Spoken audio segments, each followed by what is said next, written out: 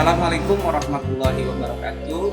Saya ucapkan selamat kepada seluruh ananda yang sudah saat ini duduk di kelas 10 SMA atau MA. Pada kesempatan hari ini saya mau memperkenalkan diri terlebih dahulu. Nama saya Sulaiman sebagai PKN. Pada kesempatan kali ini saya ingin memberikan materi bab pertama, yakni tentang sistem pembagian kekuasaan atau sistem pembagian kekuasaan dalam pemerintah. Nah, ada 3 sistem pembagian kekuasaan, namun ada beberapa para ahli, diantaranya adalah John Locke, yang mengatakan bahwa ada 3 sistem pembagian kekuasaan.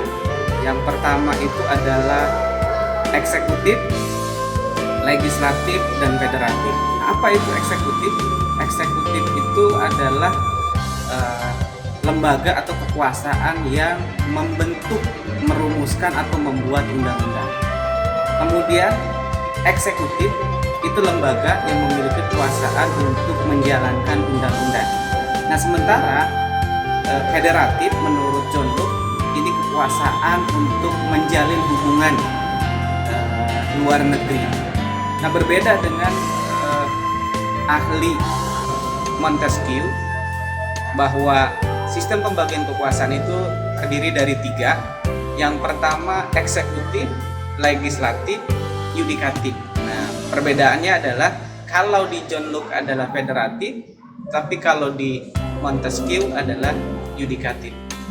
Apa itu eksekutif? Eksekutif adalah lembaga atau kekuasaan yang menjalankan undang-undang. Contohnya adalah pemerintahan, dalam hal ini presiden dan para menterinya.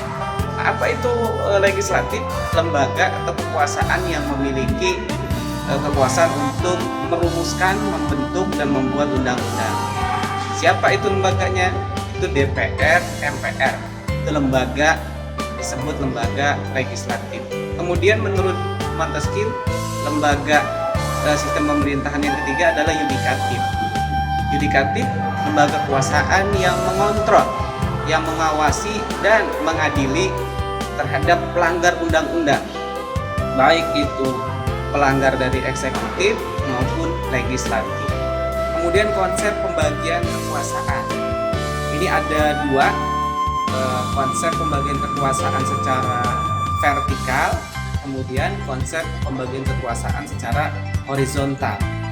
Nah, kalau konsep pembagian kekuasaan secara horizontal berarti sesuai dengan tingkatannya. Misal antara eksekutif, legislatif, yudikatif, nah itu secara horizontal.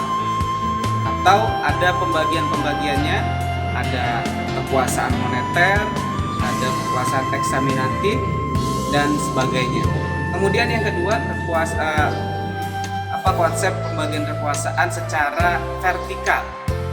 Artinya ini berdasarkan tingkatannya, ya.